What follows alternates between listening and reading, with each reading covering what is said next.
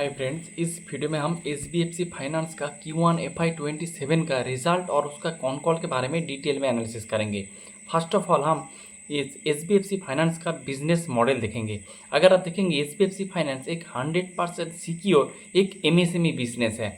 MSME business का मतलब होता है छोटे छोटे जो कॉरपोरेट होते हैं या फिर छोटे छोटे जो बिजनेस होते हैं उसको ये लोग लोन प्रोवाइड करते हैं। छोटे छोटे मतलब उतना छोटा भी नहीं जो 1 लाख 2 लाख का लोन, ये मोटा मोटी आपका 5-7 लाख 10 लाख का 10-12 लाख का लोन ये लोग प्रोवाइड करते हैं। जैसे अगर आप देखेंगे जो आया फाइनेंस करके जो एक एमएसएमई लेंडर है, वो क्या करते हैं, गांव के जो छोटे छोटे लेंडर है, जैसे कोई साइकिल रिपेयरिंग शॉप या फिर कोई गैरेज, कोई ब्यूटी पार्लर, कोई किराना शॉप, इस तरह का जो छोटे छोटे जो आपका एमएसएमई है, एसएमई है, उसको ये लोग लोन प्रोवाइड करते हैं आया फाइनेंस। और थोड़ा बड़ा का यानी 10 लाख 8 लाख 12 लाख का जो इस प्राइस सेगमेंट में जो लेंडिंग करते हैं वो एच फाइनेंस करते हैं। ये इस दोनों में थोड़ा डिफरेंशिएट है।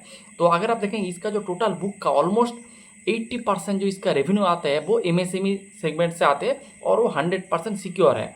और रिमेनिंग जो 20% जो इसका रेवेन्यू आते हैं वो गोल्ड लोन से आते हैं, यानी गोल्ड लोन प्रोवाइड करते हैं, उससे इसका रेवेन्यू आते हैं। और इसका पूरा बुक है 100% सिक्योर बुक है। तो ये एक बात है। उसके बाद हम देखेंगे जो इसका रिजल्ट के बारे में देख लेते हैं Q1 का। तो फर्स्ट ऑफ ऑल अगर आप देखेंगे इस मैनेजमेंट का हमेशा इसका गाइडेंस रहता है कि हम मोटा मोटी 5 से 7% हर क्वार्टर या फिर 25% से हम अपना लोन बुक को ग्रो करेंगे। तो आप देखेंगे लास्ट इसी रेट से ये लोग अपना लोन बुक को ग्रो करते रहते हैं, इसमें कोई दौरा नहीं है। ये इसका जो ग्रोथ है मोटा मोटी 25 से 30% के बीच ये अपना लोन बुक को हमेशा ग्रो करते हैं as per there giving guidance. तो उसके बाद इस क्वार्टर में अगर आप देखेंगे AUM 27% से ग्रो किया है और इसका टोटल AUM हो चुका है ऑलमोस्ट 12,000 करोड़ का इसका AUM हो चुका है। फिर अगर आप इसका डिसबर्समेंट देखेंगे तो डिसबर्समेंट वाला पार्ट मेरे को थोड़ा रेड फ्लैग लगा है। अगर आप देखेंगे डिसबर्समेंट में मैनेजमेंट का गाइडेंस था कि हम FY27 में 20% से अपना डिसबर्समेंट को ग्रो करेंगे। तो अगर आपका डिसबर्समेंट ग्रो नहीं करेगा तो अगले आने वाले टाइम में आपका ग्रोथ भी हैम्पर हो सकता है। अगर आप देखेंगे Q4 में भी इसका डिसबर्समेंट उतना लेवल से ग्रो नहीं किया था। 3% ईयर ऑन ईयर बेसिस में उसका डिसबर्समेंट ग्रो किया था Q4 ऑफ FY26 में। और Q1 में इसका डिसबर्समेंट का ग्रोथ है 0 ईयर ऑन ईयर बेसिस में, और क्वार्टर ऑन क्वार्टर बेसिस में 3% है। तो लास्ट 2 क्वार्टर से अगर आप देखेंगे इसका डिसबर्समेंट उतना ग्रोथ नहीं आ रहा है। एक बात है, ये आपको नोट करना पड़ेगा, एक रेड फ्लैग है। फिर अगर आप देखेंगे इसका एसेट क्वालिटी ठीक ठाक ही है।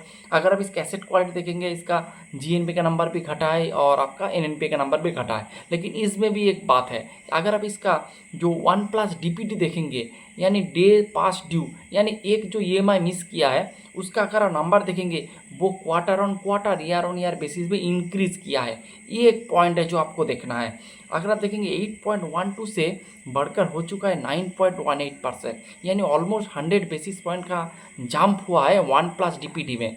1+ DPD का मतलब होता है जिसमें आप देखेंगे आपका लोन में थोड़ा डेलिक्वेंसी आ रहा है। अगर आप Q4 का कॉन कॉल देखेंगे उसमें मैनेजमेंट ने कहा था कि हमारा जो कुछ बुक है एमएसएमई वाला, कुछ बुक है जिसमें थोड़ा बहुत डेलिक्वेंसीज को आ रहा था, जो मैनेजमेंट ने कहा था थोड़ा, इसीलिए वो लोग उस वाले सेगमेंट में डिसबर्समेंट को रोक दिया है।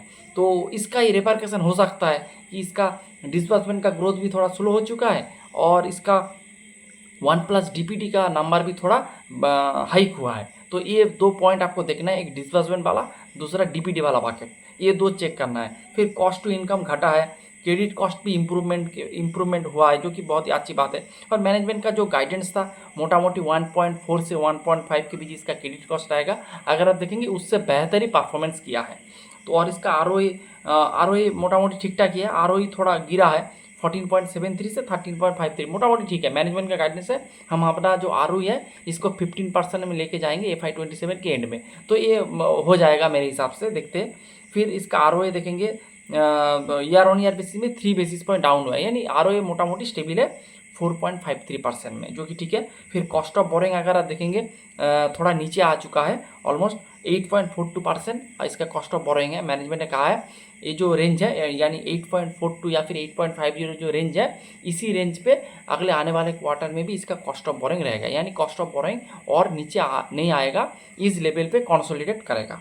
फिर अगर आप इसका स्प्रेड देखेंगे, मैनेजमेंट का गाइडेंस था हमारा जो स्प्रेड रहेगा वो 9% के रेंज पे रहेगा, लेकिन 9.48% है, तो मैनेजमेंट के बेहतर इसका परफॉर्मेंस किया है। तो यही मोटा मोटी रिजल्ट है। तो ओवरऑल बेसिस पे रिजल्ट ठीक ठाक ही है, लेकिन डिस्बर्समेंट वाला एक पॉइंट है जो आपको देखना है, और इसका जो डीपीडी वाला बकेट थोड़ा बढ़ गया है, इसको आपको देखना है। अगर आपका डीपीडी वाला बकेट बढ़ेगा तो आपका जो जीएनपीए नेट एनपीए अगले आने वाले क्वार्टर में बढ़ सकता है। तो ये दो चीज़ मेरे हिसाब से आपको देखना है।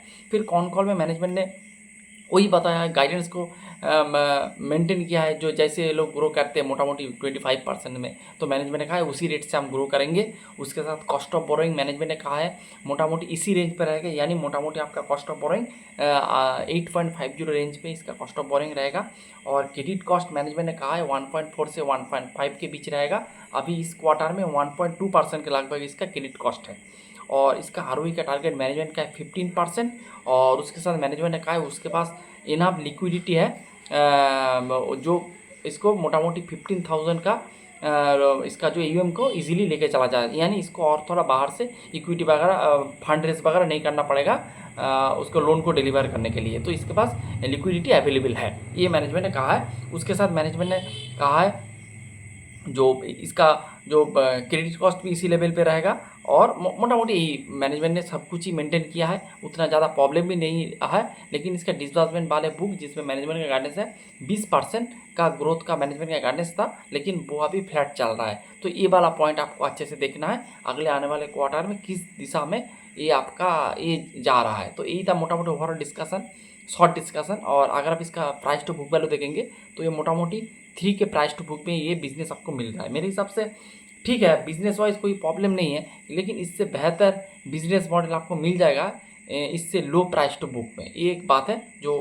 कोई रिकमेंडेशन नहीं है, आप देख सकते हैं। Thanks for watching.